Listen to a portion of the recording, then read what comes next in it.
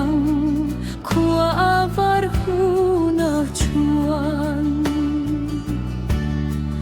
zanaral kuavar don zanaral kuavar don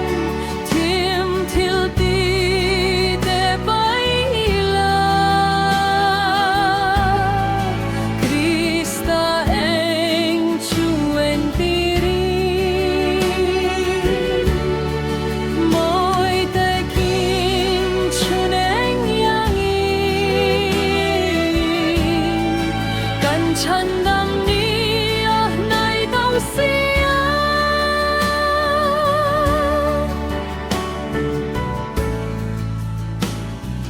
hun flem te chao kan nei ta e i thok ang kan ding kim hi Krista lani mangai na in sul hel ila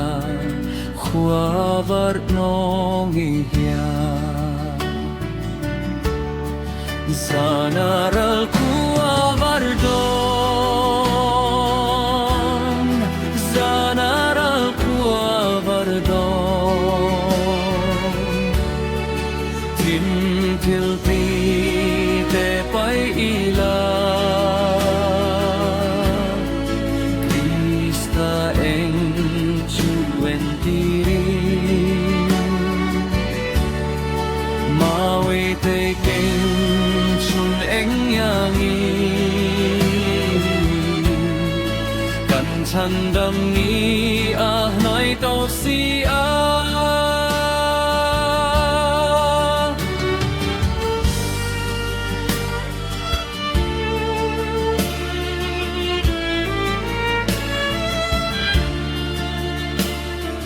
cha tuan khu avar huna chuan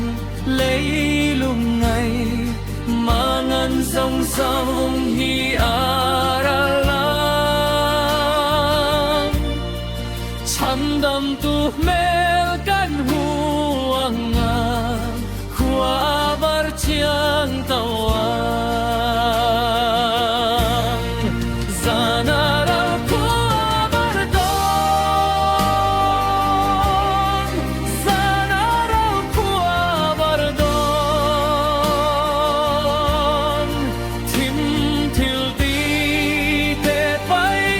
la Krista eng chuen tiri mai te ken chun eng yangi kan chan dam